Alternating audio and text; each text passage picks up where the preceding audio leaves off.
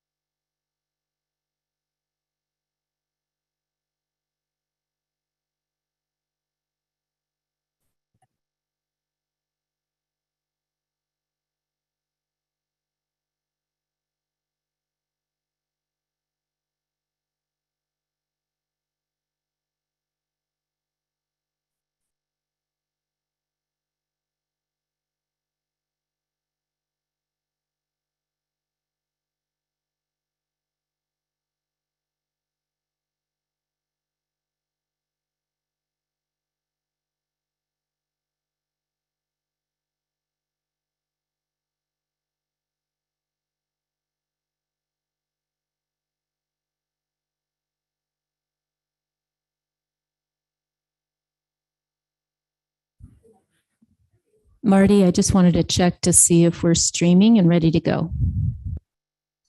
We are all ready to go here. Thank you. Thank you.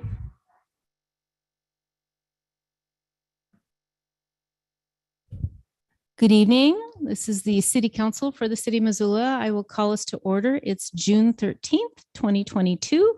And if you would please join me in the Pledge of Allegiance.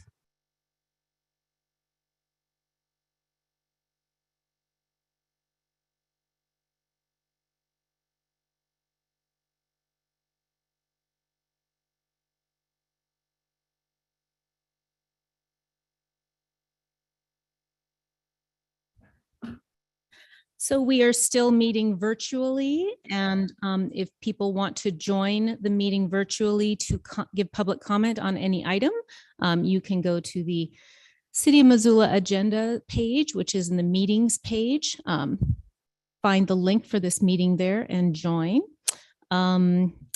So Marty, could you please do a roll call for attendance? I'd be happy to. So Stacy Anderson. Present. Mirta Becerra. Present. Daniel Carlino. Present. John Contos. Here. Jordan Hess. Present. Gwen Jones. Present. Kristen Jordan. Present. Mike Nugent. Looks like Mike's absent this evening. Jennifer Savage. Present.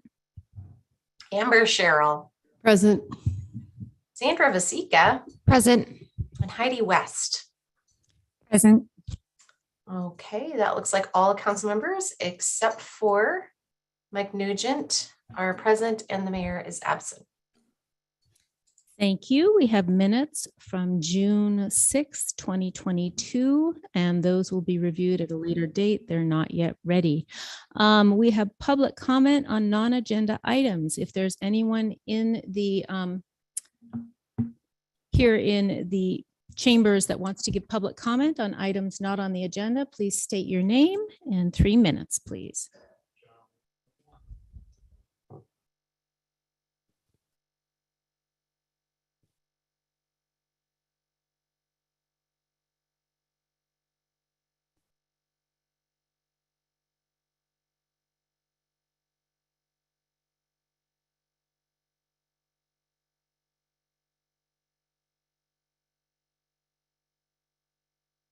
Then child support came along, and you laugh, well, he had a kid, that's his doing. My child support was 3 digits. That's how old my case was. Okay. So then what did they do? Well, the judge over here in the court said, give him half his pay to raise his child. That's right. $1.71 an hour. Oh my God. How did he live on $1.71 an hour? I lived above the Golden Pheasant for $60 a month on a rent. I rode a motorcycle. It sipped gas. I didn't go out. I didn't have drug habits, didn't drink. But I lived. I survived. And God damn it, I said, when I got done paying child support, I'm going to set in motion something so I never have to fight like this ever again in my life. And I did it. And I did it without any hooks and barbs until I came into this city government. You know, and if you'd say, if it was one thing that happened, wow, that's just a freak coincidence. But I can count you 10 things, 15 things. How many things do you want? They have 17 malicious prosecutions against me where I was brought right to the verge of trial and it was dismissed. That's illegal. You can't do that, but they did it to me, right? It continues on and on. I had 2 police officers show up at my house on a Monday morning, beat the living crap out of me, then charge me with assault on a police officer. Goes to trial. I get found not guilty. Does that get published in the paper? No, but the incident that put me in jail sure does. Court of public opinion used against me. Then again, it happens. This body sat right here and listened to a woman named Kayleen Kuhn go on for 12 minutes about how horrible I made it to live in her neighborhood. 12 minutes, not three. And then she started out her conversation. I'm a Democratic committee rep. Wow. Slandered by the Democratic Committee Party right here in this body. So I take it to the Democratic Committee. I say, you owe me. You criminally defamed, slandered, and libeled my name. I called the city attorney. And then guess what? The city attorney turns around and calls the Missoula. And then next thing you know, I'm in court in district court for violating the homeless laws. How am I homeless? Because you guys took my property. Wow. This wasn't so real. If this just was some phantasmagorical thing coming out of my head, all of you could look at me and say, what a piece of work this guy is, some mental midget. Well, I'll tell you something. One of your development services worker tried to kill me. He was taking pictures of our RV and I drove past. Mr. Elgreg, I'm going to call a point of order on you that under our rules of decorum, there's no personal attacks. not So a I'm going to personal give you attack. one more chance. If you want to finish up your comments, you got about Okay. 30 seconds left. I'll tell you my story. A person was taking pictures of my RV from a vehicle. I approached them on a scooter. They used that vehicle to crash me into the curb to attempt to kill me. The people who came out to investigate the accidents worked in the same business as the person who tried to kill me. His name is Brian Cook. No personal attacks. All right.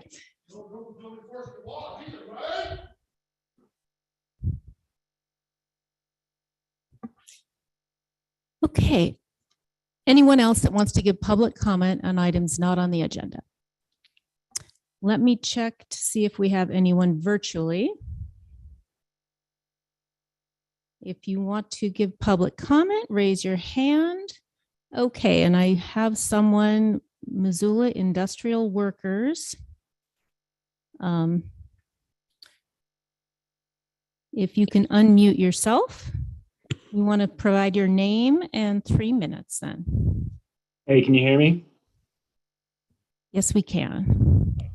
I didn't change the screen name. This is Joe Pazdik-Selb. I'm out of town again. I'm going to just keep this really brief. I just wanted to reiterate some of the really frustrating things that I saw and heard on Wednesday.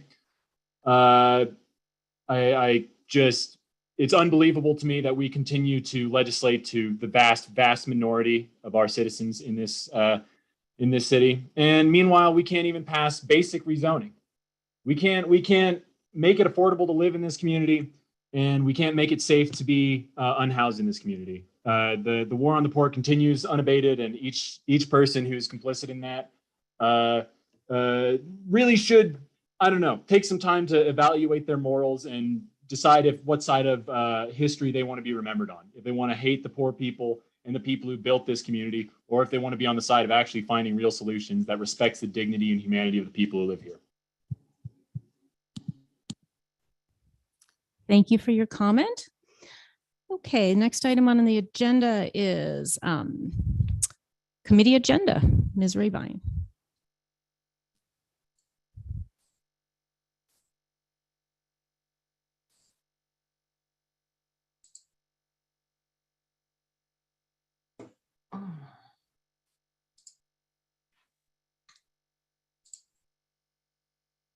Hang on just a second.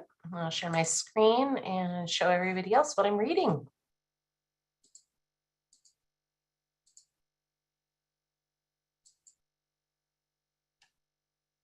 All right, here's this week's committee schedule. City council committees continue meeting virtually while municipal court is using council chambers for their proceedings during the week. So committees will be held on Wednesday, June 15th via Zoom webinar, just like this meeting. Budget and Finance Committee will start the morning off at 9 a.m. and go until 10:05. They will be taking up an amended grant agreement for the National Institute of Health Link project, as well as hearing about the mayor's key priorities for fiscal year 2022 and 23. Public Safety, Health, and Operations Committee will meet from 10:20 until 11:50.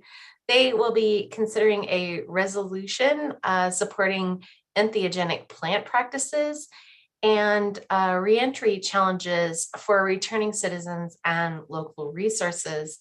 The Climate Conservation and Parks Committee will meet from 12:20 to 12:50, taking up 2415 South Hills encroachment permit. That's an application for an encroachment into Puri Park. And Public Works and Mobility Committee will meet from 1:05 to 2:35. They will be taking up a requested street vacation for the South Sussex bypass right-of-way. And they will also be hearing a presentation on Complete Streets and Neighborhood Traffic Management Program. And that'll be a 2022 program and project update. Thanks. Thank you. Next on the agenda is the consent agenda. Items on the consent agenda were approved in city council committees to be placed on the consent agenda to save time at council meetings by voting on them as a package. The city clerk will read the list aloud so citizens watching on MCAT or YouTube will know what is on the consent agenda. We'll invite community comment on these items before we vote. Ms. Rabine, the consent agenda. Alrighty, on tonight's consent agenda, we have 9 items, and I'll share my screen so folks can follow along and see what council is up to this evening. So hang on, here we go. Can everybody see the screen? I think so. I can see it here on my second TV. So item number 1 is to approve accounts payable in the amount of $2,439,223.72 for checks that are dated tomorrow, June 14th, 2022. Number 2 is to approve and authorize the mayor to sign contract amendment number 3, which expands the scope of services the consultant will perform on the Caris Park Outfall Phase 2 project contract. Number 3 is to adopt a memorandum of understanding between the City of Missoula and All Nations Health Center for partnership in designing a services and staffing model for the Trinity Navigation Center and accompanying project design elements as outlined in the agreement. Number 4 is to approve and authorize the mayor to sign the contract with the Poverello Center, awarding $834,000 for property acquisition for non-congregate transitional housing for veterans. Number 5 is to adopt a resolution of the Missoula City Council to amend the utility service area boundary as shown in Exhibit A on the resolution. Excuse me. Number 6 is to approve and authorize the mayor to sign a memorandum of understanding to accept grant funds of $500. I think this is actually $5,308 from the Montana Watershed Coordination Council for Patty Creek Riparian Restoration Project. Number 7 is to commit an additional $120,927 in American Recovery Plan Act funds for continued health department COVID response for July 1st, 2022 through the end of the year, December 31st, 2022. Number 8 is to approve and authorize the mayor to sign an interlocal agreement between the City of Missoula and Missoula County to cooperate in the provision of health services. And finally, number 9 is to direct staff to assist in the creation of a livestock exemption for youth organization projects. Thank you. Is there any public comment on the consent agenda? And let me check. Thank you. Let me check the attendees virtually to see if there's any public comment. If so, please raise your hand. I'm not seeing any. Any comment from council? Not seeing any. So if we could have a roll call vote. Thank you, Marty.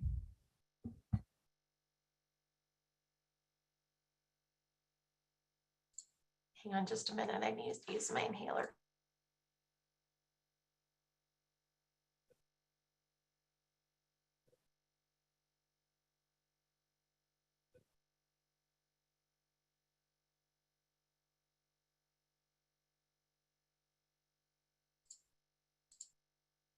Okay, inhaler rescue successful. I think it's a high pollen count day, people. All right, on tonight's consent agenda, Anderson, Yes. Becerra, Yes. Carlino, Yes. Contos, Yes. Hess, Yes. Jones, Yes. Jordan, Yes. Savage, Yes. Cheryl, Yes. Vasika, Yes. and West. Yes. And would any of you like to change your vote? That is 11 ayes and 1 absent. Thank you. We have no comments from city staff, city agencies, community forum, neighborhood councils, boards, commissions, or authorities. We do have 2 special proclamations today. I'll read both of those. Item 7.1 is a proclamation for Juneteenth Independence Day. Proclamation of Missoula County and the City of Missoula, Montana. Whereas Missoula County acknowledges the lasting impacts of racism in the United States, fueled largely by the horrific institution of slavery. And whereas news of the end of slavery did not reach frontier areas of the United States, and in particular the southwestern states, for more than 2 years after President Lincoln's Emancipation Proclamation of January 1st, 1863, and months after the conclusion of the Civil War. And whereas on June 19th, 1865, Union soldiers led by Major General Gordon Granger arrived in Galveston, Texas with news that the Civil War had ended and that the enslaved were free. And whereas African Americans who had been enslaved in the Southwest celebrated June 19th, commonly known as Juneteenth Independence Day, as the anniversary of their emancipation. And whereas African Americans from the Southwest and across the country continue the tradition of Juneteenth Independence Day as inspiration and encouragement for future generations. And whereas for more than 150 years, Juneteenth Independence Day celebrations have been held to honor African American freedom while encouraging self-development, respect, and dignity for all people. And whereas the strength of character, faith, and resilience demonstrated by former enslaved Africans remains an example for all people of the United States, regardless of background, religion, or race. And whereas the character demonstrated by former enslaved Africans should inspire us in this country to give thanks for the freedom won by so many people in all nations, and to strive for the goals of bringing freedom and democracy to people of other countries, no matter what their race or religion. And whereas although Juneteenth Independence Day is beginning to be recognized as a national and even global event, the history behind the celebration should not be forgotten. And whereas Montana proudly joins 47 states and the District of Columbia in observing Juneteenth as a state or ceremonial holiday, and whereas this Juneteenth, Missoula is honored to host the quincentennial celebrating the 125th anniversary of the U.S. Army's 25th Infantry Buffalo Soldiers 1,900-mile cross-country bicycle ride from Fort Missoula to St. Louis, Missouri, to test the combat effectiveness of military bicycles. Therefore, be it resolved, we, Missoula County and the City of Missoula, do hereby proclaim the 19th of June as Juneteenth Independence Day to commemorate African American emancipation from slavery, to celebrate the freedom won by people in many countries, and to rededicate ourselves to the cause of liberty. Dated this 9th day of June, 2022. And I'm not sure if there's anyone in the attendees here to speak to this. Not seeing any raised hands. But I'll go to the second proclamation. We have two amazing proclamations tonight. I'm thrilled about these. The second proclamation is regarding the Constitutional Convention held in 1972. So, whereas during 2022, we celebrate 50 years since the people of Montana's ratification of a new constitution on June 6, 1972, 73 days after referral to the people of the document widely deemed the best state constitution in America, drafted in 90 days by a nonpartisan constitutional convention, CONCON, of 100 elected delegates, all Montanans holding no political office. And whereas the 1972 Constitution reflects the character of Montana's common people in its preamble, enlightened Declaration of Rights, and world's first constitutionally recognized right to a clean and healthful environment. And whereas two of Missoula's CONCON delegates, Robert J. Bob Campbell and May Nan Ellingson Robinson, co-drafted our Constitution's preamble, and each promoted provisions securing personal liberty, equality, and transparent government. Bob Campbell drafted the right to privacy, also co-drafted the freedom of expression, 18-year-old adulthood, and minors retaining adult rights provisions, was instrumental in recognition of the right to a clean and healthful environment, and persuaded delegates to approve the gender equality provision by bringing iconic Montanan Jeanette Rankin, first woman elected to Congress, to the CONCON floor debate. And whereas May Nan Ellingson continues her contributions to Montana history and public policy, but we lost a great citizen, historian, humorist, lawyer, and American on April 5th, 2022, with the passing of Bob Campbell, of whom, on the occasion, Ms. Ellingson said, quote, "No one loved the Montana Constitution and did more to promote its understanding," end quote. And we're all a bit freer thanks to these two Missoulians. Now, therefore, I, John Engen, Mayor of the City of Missoula in the state of Montana, hereby recognize the week of June 19th to June 25th, 2022, as Robert J. Campbell and May Nan Ellingson Week, and I further proclaim the 17th day of June 2022 as Bob Campbell Appreciation Day, and this is signed by John Engen, Mayor of the City of Missoula. And I believe we do have a couple of people to comment on this tonight. Did you want to go first, Mr. Hunt? Wow, I'm still kind of flummoxed. Bob Campbell and I had a very close 50-year friendship, and little did I know at age 15, when I, on the urging of a friend, wandered into Bob Campbell's fifth floor office in the Western Bank building, that I would be literally enveloped by everything going around this man, and that in a few weeks he would be giving me an office next to him. And I certainly had no idea that meeting Bob Campbell would fix the trajectory of my life for the next half century. Fortunately, when I moved back to Missoula 3 years ago, I was able to reconnect with Bob. And so he certainly was aware that thanks to his mentorship, I had appeared in front of the United States Supreme Court on a capital case. That client, by the way, is no longer facing the death penalty. And that was one of Bob's big issues. So that made me proud to tell him about that. But I wasn't able to tell him that a case I argued in Oregon had finally resulted in the death penalty going away there. And I'm sorry he didn't live to see that. But I'll tell you what, he would be thrilled to death right now to know that June 17th of all days was going to be the day declared in his honor.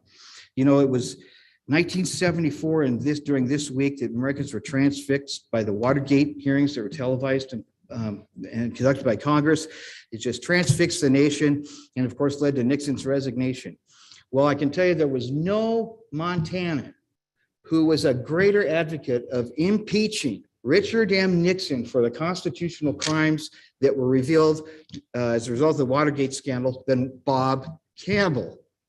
And what's interesting about that is that the Watergate burglary took place on June 17th, 1972. So this would, he would be laughing, and maybe perhaps he's laughing from beyond the grave right now, because you have declared that day to be his day. So much more I could say, but I promise not to say much. The only final thing I want to say is I'm going to make a promise to Bob. His right of privacy, which is still considered the strongest one in the United States, it took a big hit not too long after the Constitution was adopted in the Zander case the Montana Supreme Court decided. And this is a case where Bob and a bunch of us from Montana Normal were trying to get the marijuana prohibition declared unconstitutional for violating the right of privacy, because the right of privacy said you couldn't invade someone's privacy without a compelling state interest. Montana Supreme Court, in a weird decision, ruled that, well, Montana has a compelling state interest in enforcing its criminal laws. So this doesn't violate the provision. Well, anyone who's especially been to law school knows that that's absolutely ridiculous, yet here we are all this time later, and that is still the law in Montana. So anything that the Montana legislature passes and criminalizes cannot be challenged for violating the right of privacy because of that ruling in Zander, because, oh, we have a compelling state interest. So you can see the circularity there. I'm making this promise to Bob Campbell that I intend, when I get admitted to the bar here, that I'm going to do my best to rectify that error. And the second error that made by the Montana Supreme Court in that case was to say that the test for invasion of privacy is whether or not people have a reasonable expectation. What's wrong with that? I'll tell you what's wrong with it. All you got to do to invade somebody's privacy and make it legal is to just violate it constantly all the time, because then you won't have a reasonable expectation to it. We're going to fix that. Bob, we're going to fix that. Thank you for everything. I'm sorry for the hassle and getting this before you, but thank you so much. I know his kids are absolutely thrilled about it. And it's just a wonderful legacy. Thank you so much. Thanks, Mr. Hunt. I appreciate all of your input into it. And we had TJ Campbell had his hand raised and wanted to provide comment on this also. Mr. Campbell? Hi, can you hear me? Yes, we can. Go ahead. Great, thank you. I just wanted to say a few words and let you know how touched I am, not only about the possibility of the 17th being Bob Campbell Appreciation Day, but to recognize my man Ellingson as well. They were the co-authors of the Preamble to the state constitution, which I thought I'd read if I may. It reads, "We, the people of Montana, grateful of God for the quiet beauty of our state, for the grandeur of our mountains, the vastness of our rolling plains, and desiring to improve the quality of life, equality of opportunity, and to secure the blessings of liberty for this and future generations, to ordain and establish this Constitution." I think this monument to all Montanans, current and future generations, is really a testament for the farsightedness that Maynard Ellingson and Bob Campbell shared. I thought I'd also mention that Bob was active in the community at law days at colleges and high schools in Missoula, and was always eager to share his knowledge of the Montana Constitution. And he would carry copies with him that he'd autograph, and he'd underline sections that he had authored. So he played a big role in Missoula in memorializing the Constitution. And I'll mention also he was active with the Missoula Jeanette Rankin Peace Center, which was an important part of his life.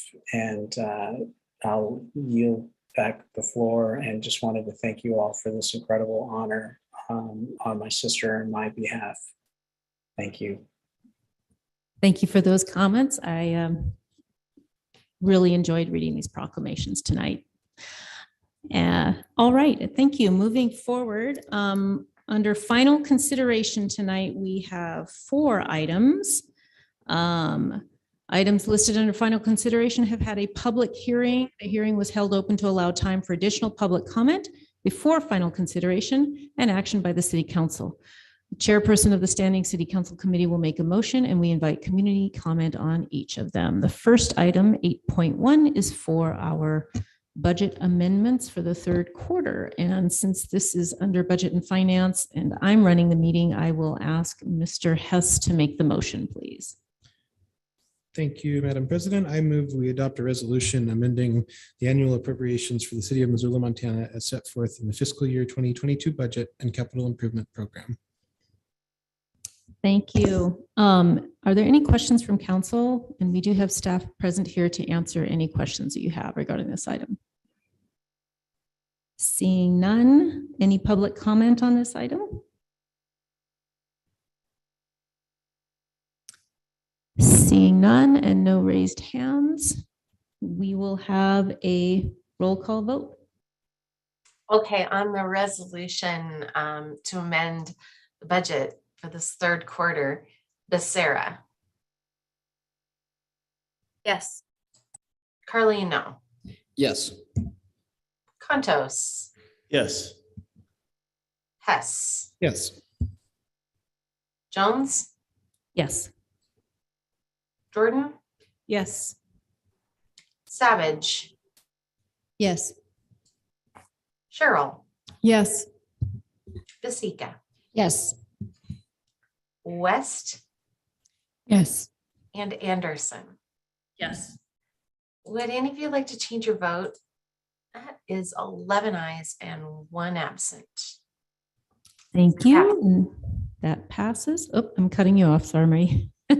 All right. The second item is 8.2, amendments to the Missoula Valley Water Quality District Ordinance. I know that we have staff here from presentations previously. Was there any supplemental information from staff first on this item before I go to questions from council? No supplemental information.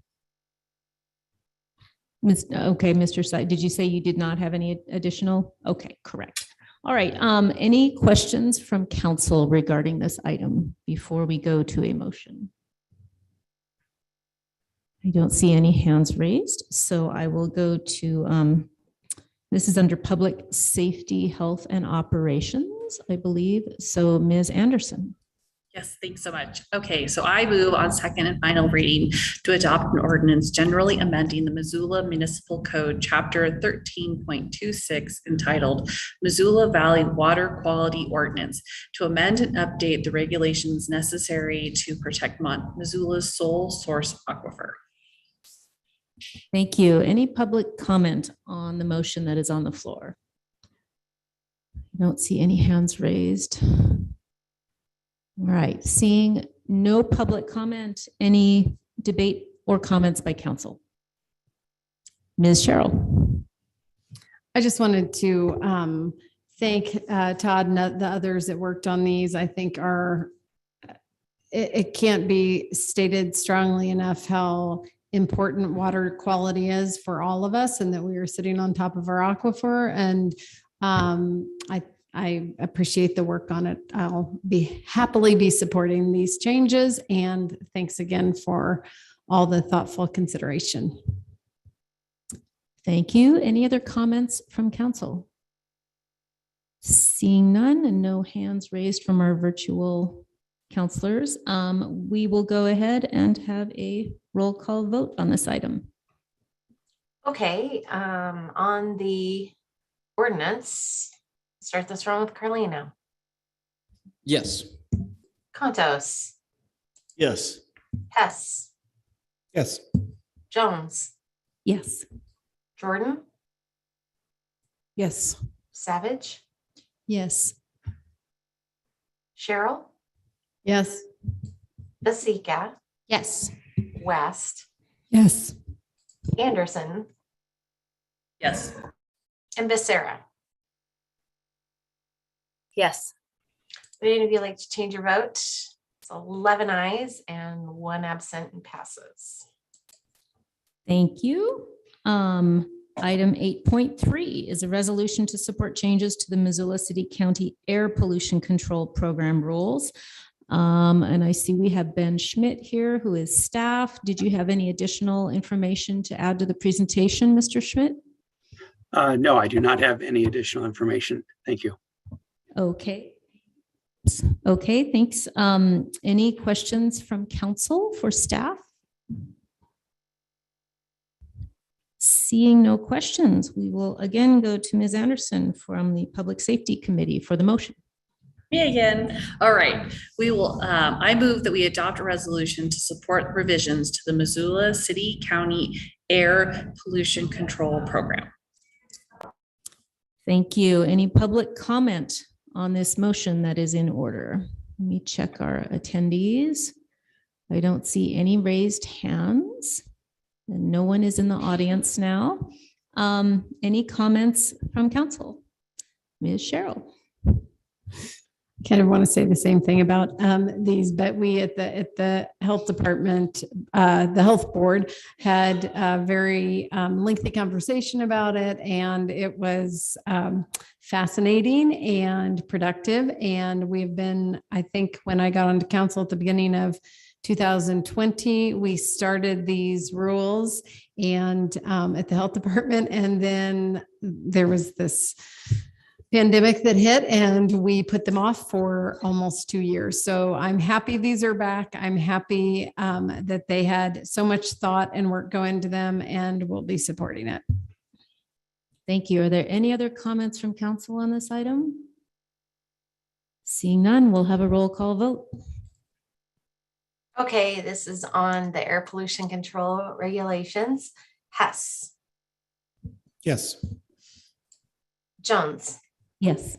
Jordan, Yes. Savage, Yes. Cheryl, Yes. Masika, Yes. West, Yes. Anderson, Yes. Becerra, Yes. Carlino, Yes. and Contos. Yes. Would any of you like to change a vote? That's 11 ayes and 1 absent, and that passes. Thank you. And the final consideration tonight is 8.4, an ordinance amending municipal code, chapter 13.02, municipal utility rates and charges to specify that a landlord is responsible for unpaid tenant city utility bills. Mr. McGinnis, I believe Logan McGinnis is here from staff. Did you have any additional information to add to the presentation? No, I don't. Thanks. Okay, thank you. Any questions from council on this item? Okay, seeing no raised hands, I will look for a motion from Ms. Becerra, Public Works. Thank you. This is the second and final reading, and I move that we adopt an ordinance amending Missoula Municipal Code, Chapter 13.02, entitled Municipal Utility Rates and Charges, to repeal 13.02.090 and establish 13.02.091 to specify the responsibility of the property owner for a tenant's unpaid City of Missoula utility bills. And may I speak to that motion, please? Let me call for public comment first, and then we'll come Okay. right back to you. Is there any public comment on this motion that is in order? Not seeing any raised hands. I'll just double check. Okay, seeing no public comment. Ms. Becerra. Thank you. I just wanted to express my support for this motion. I believe that during the pandemic, the city stopped shutting off customers who were on past due on their accounts. I believe that this is a fair alternative to that way of recuperating costs. And I want to thank Logan for giving us all the information as to how other communities deal with recuperating costs. Thanks. Thank you. Mr. Contos. Yes. After looking at this, I feel like there needs to be some other options rather than putting this back on the homeowner. I'm not quite sure what the thinking is, but if you use water, you should pay for it. And if you can't pay for it, it probably needs to be turned off. I think a lot of times people think because someone owns a home that they're wealthy and that they can handle all the responsibilities. Not quite true. It's like when someone doesn't pay their rent, the mortgage still needs to be paid, and that falls back on the homeowner. Also, I just don't feel like this is a Montana value. This is a hardworking state, and we work hard for what we get. So to pass this on to the homeowner, it's not fair. Thanks. Ms. Vasika? Thanks. I did have a question and then a comment. I'm sorry for the late ask of this, but if it's in your lease that you are responsible for the utilities, then you don't pay that, will it still be the responsible of the homeowner, even if it is in the lease? And could that be litigated against? I don't know who that question is for. Mr.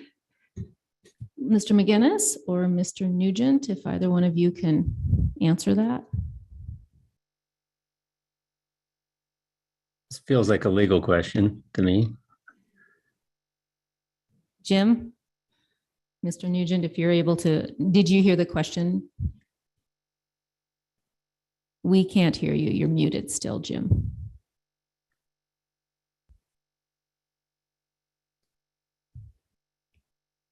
All There you right. Found my microphone. What was the question again? Could you rephrase it? Ms. Vasika? Yes. So if in the lease agreement between the tenant and the homeowner, if the tenant is responsible for the utility payments and then the tenant does not pay it, and then the city comes to the homeowner, make them responsible for it, is that a possible litigation issue, or would the city not be able to come after the homeowner in that case? Just a little confused about that. The way the Montana state law is set up with respect to delinquent sanitary sewer, delinquent water bills, et cetera, is that it can become a lien against the real property. So it has to be the property owner that has to be responsible ultimately in order for the city to be able to assert its lien. The city's not a party to that lease agreement between the tenant and the property owner. So the city isn't bound by what they might come up with the structure amongst themselves as a way of, shall we say, paying the bill. But ultimately, the city has the right to put the lien on the property that is receiving the services.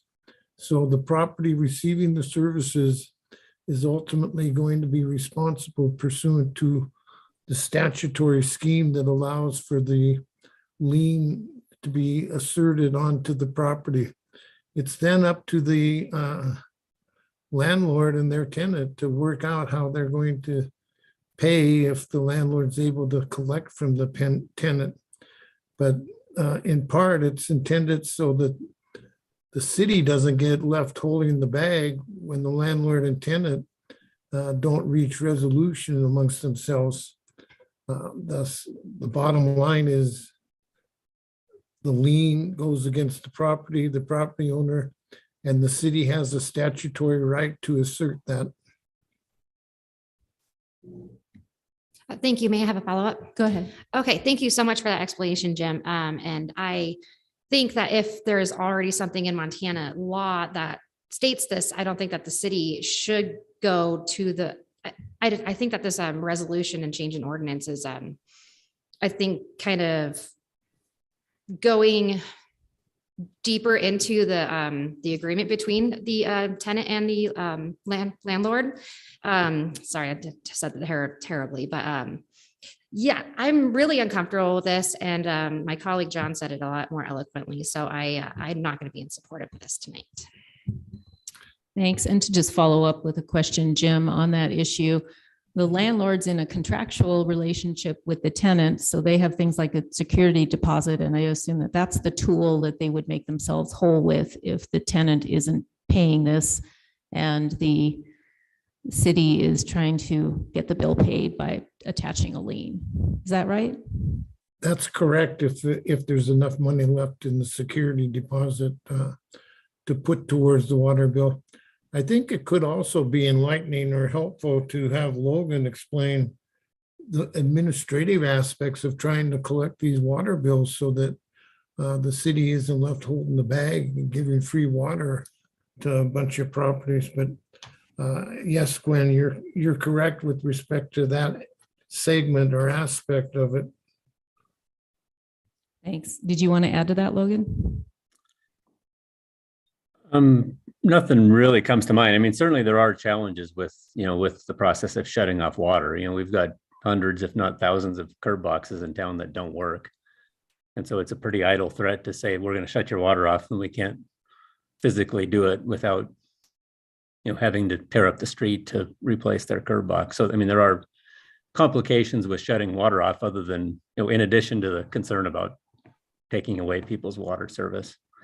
In terms of the process for collecting, I think we've, it's outlined in state law, and we'll follow it in terms of a legal notice and, give the property owners time to resolve this. And, the way it really works, they have at least 30 days.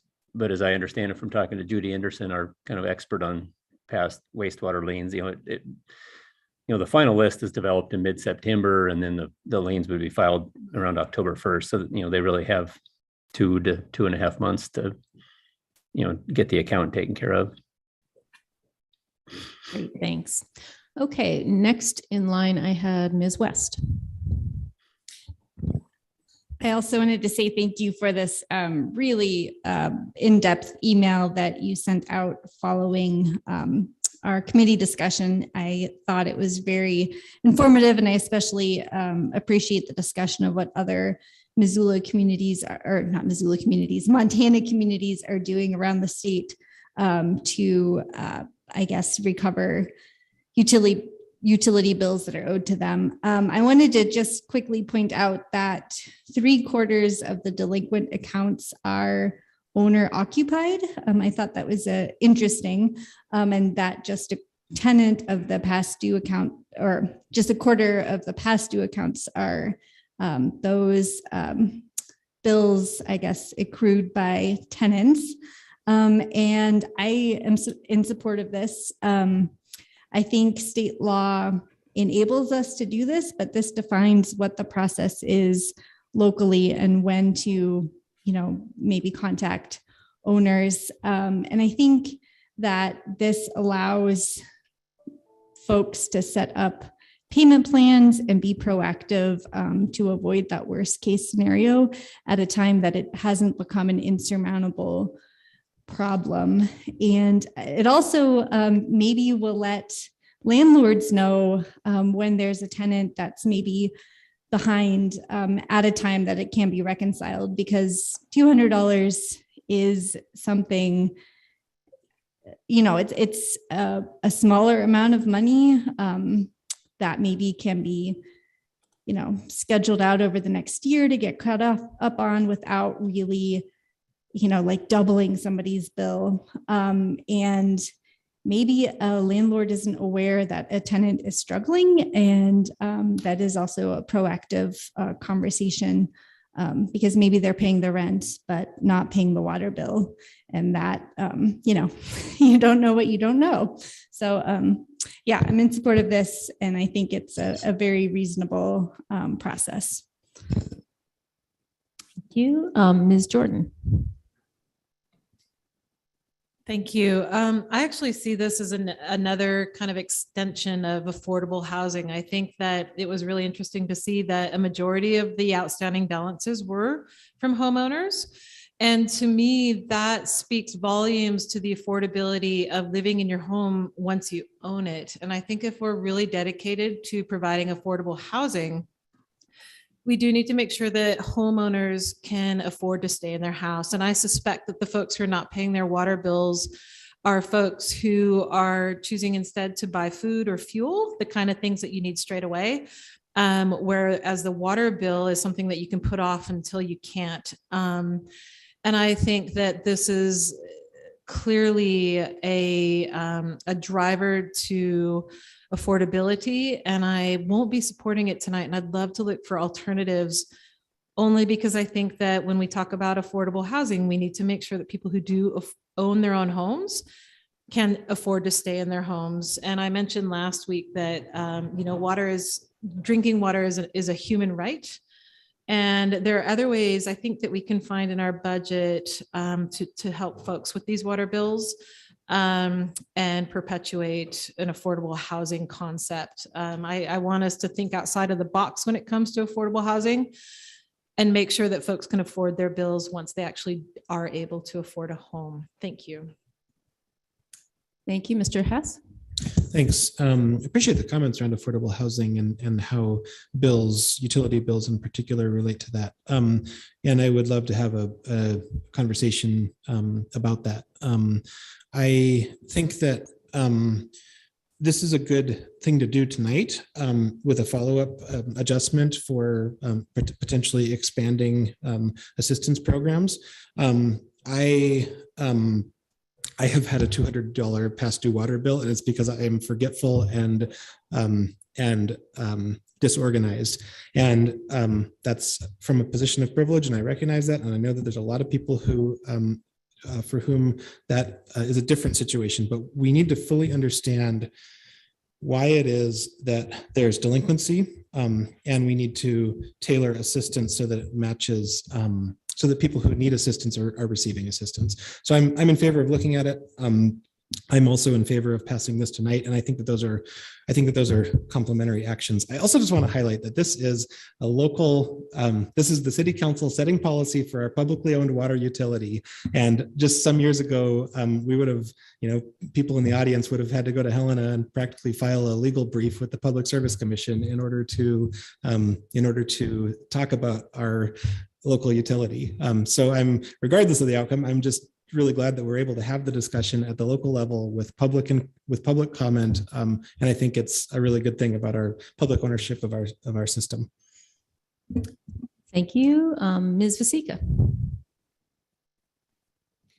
Thanks. Logan, I remember that we talked about this on Wednesday, but with regards to sending it to collections against the tenant, the collection agency takes about 50%. Is that correct? Do I remember that correctly? That's correct. Yep. Okay, thank you.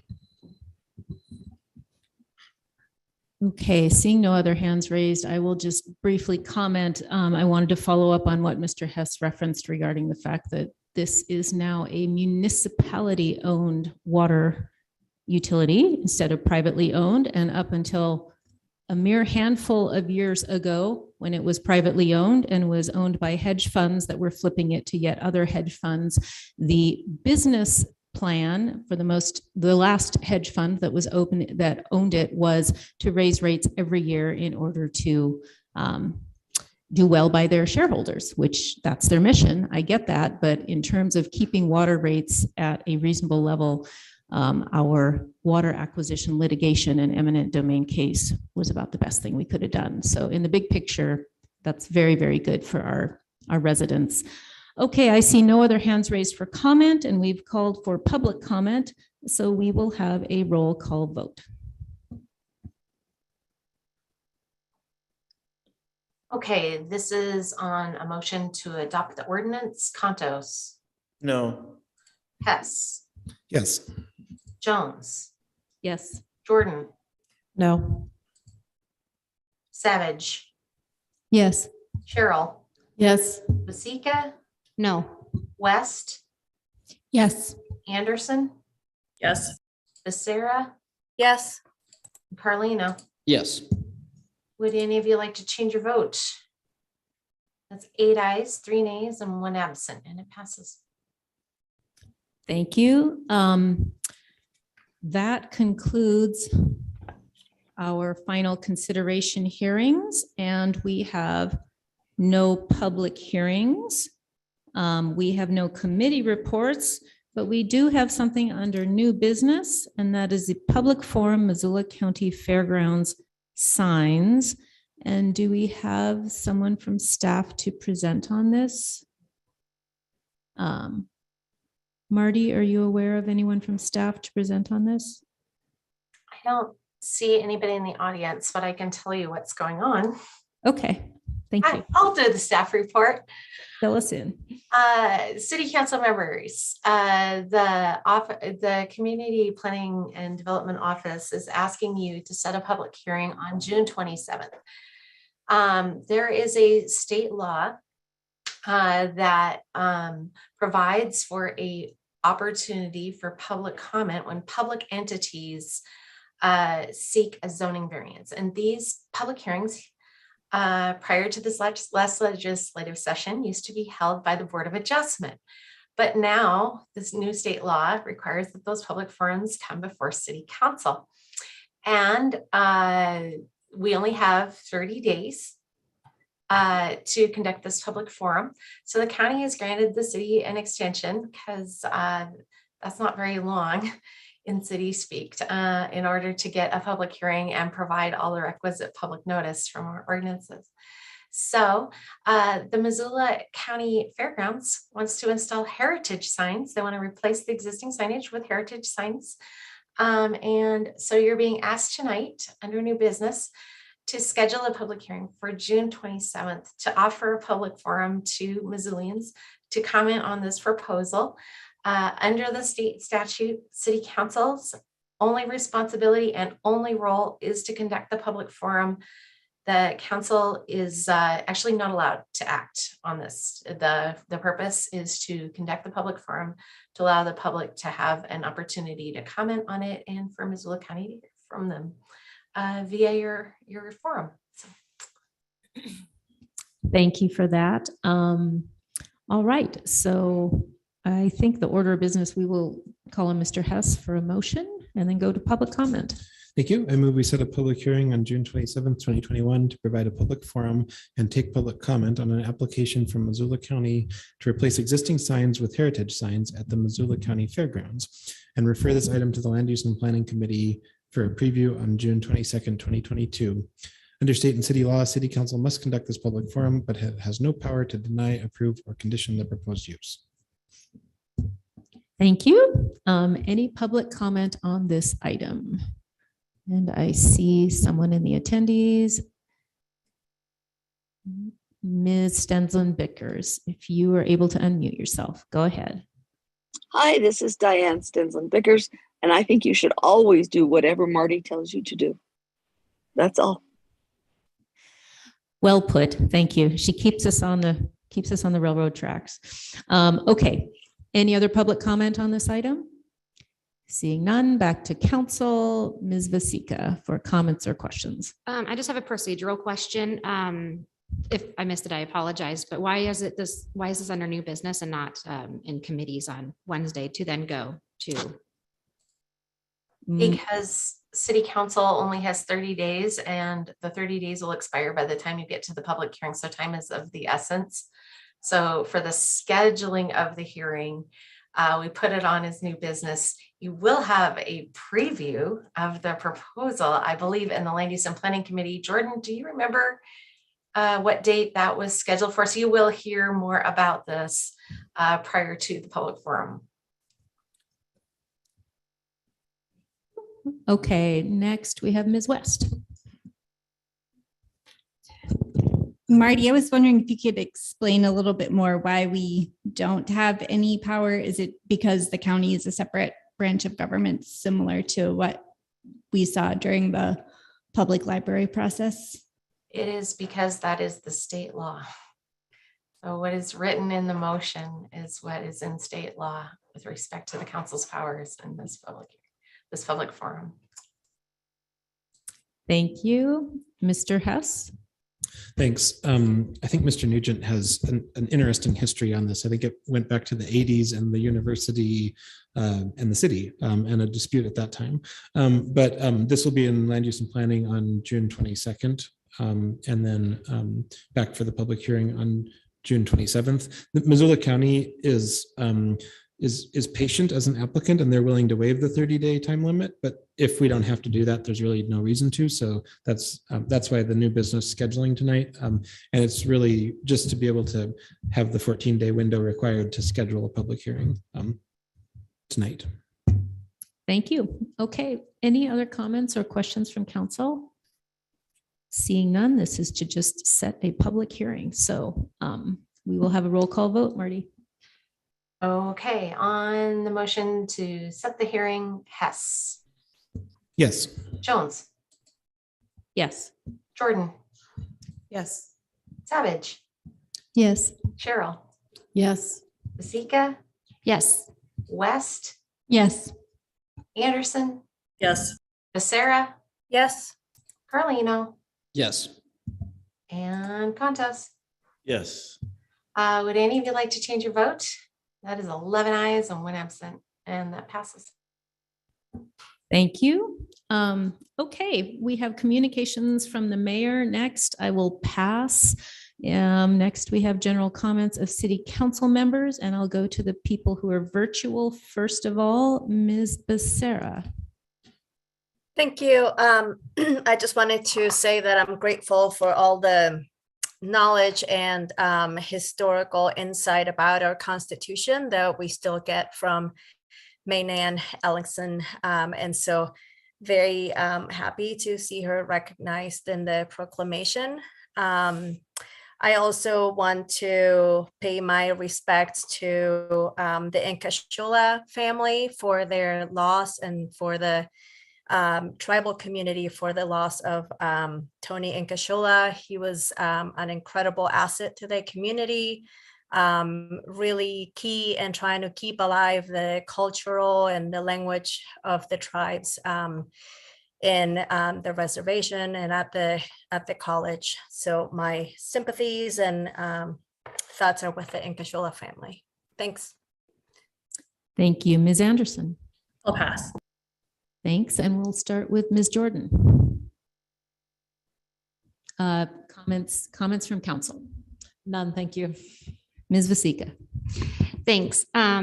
Tomorrow is Flag Day, and there is a Flag Day ceremony at 4:00 at the American Legion open field on Tower Road. It's north of Western Montana State Veterans Cemetery. All are invited and asked to please bring your own lawn chair. As flags are lowered into flames, members of the public will read famous speeches and read the history of our American flag and Flag Day. Buffalo Soldier reenactors will attend as they start their bicycle trip across America. Public are welcome to help American Legion Post 27, Veterans of Foreign Wars Post 209, Missoula Civil Air Patrol, and other veteran supporters place hundreds of tattered and old American and POW Mia flags into ceremonial barrels. Full military honors will be rendered at the start of a brief Flag Day ceremony that starts at 4 p.m. And setup, the moving of heavy ceremony barrels and all flags starts at 2 p.m. And they do need help. If you are able to help, please call 207-2714, or you can always email me and I can get the word out. Thank you. Thank you, Mr. Contos. Yes. You know, as a carpet cleaner here in town, you get the opportunity to go into lots of homes, apartments, talk to people. And given the housing crisis that we're in right now, it really makes me sad when I ask them why they're leaving. And usually it's because the rent went up very high or the house got sold out from underneath them. You know, that's a sad situation. I think a lot of us could do something about that, especially as people that do have house rentals. This really isn't a time for greed or to take advantage of the situation, but to act as a normal human being and have some type of consideration to their situation. My rents are extremely reasonable. When I ask people to leave, I give them a 1-year notice. And even at that, that's not giving them enough time to find a place because things have gotten so crazy here, especially in the last year. So I would just like to appeal to all the local homeowners and even people out of state to just keep that in mind as you raise your rents. Thanks. Thank you. Ms. Cheryl. I'll pass, thanks. Mr. Carlino. I can pass. Mr. Hess. Thanks. I was struck during the Constitution proclamation for Bob Campbell and Mainan Ellingson that Jeanette Rankin was present at the Constitutional Convention a little over 50 years after she was first elected to public office. And here we are 50 years from the Constitutional Convention. And I hope that in 50 years, we can look back with pride on what's happening right now. And I'm not certain that we'll be able to. The January 6th hearings I guess, looking back 50 years, we just heard that the Watergate raids were happening 50 years ago. And 50 years from now, someone might be talking about the January 6th hearings. I hope they're talking about something positive. I hope that we meet the moment as people in the past did in the Constitutional Convention and the times before that. Thank you, Ms. Savage. Thank you. I just wanted to thank the Mansfield Center for hosting me today and Commissioner Josh Slotnick. We were able to speak to some of their fellows that are here from places such as Norway, Jordan, Greece, Palestine, Georgia. There was a whole table full of people from all over the world. And we got to talk to them about local government, and it was really fascinating and super interesting. Some of their questions, truly like head scratching moments when they were like, what do you mean you don't have a safety net for homelessness? What do you mean you don't have a safety net for healthcare? Legitimate questions. It was just a really fascinating experience, and I'm grateful to have had it. Thanks. And Ms. West. I just want to remind everyone to get out and use our public trails right now because the wildflowers are just absolutely amazing this year. If there's anything positive about having a really cool, long, wet spring, that is it. We went up to the Barmeyer Loop this weekend, and it was just an absolutely amazing experience. So enjoy the spring while we have it.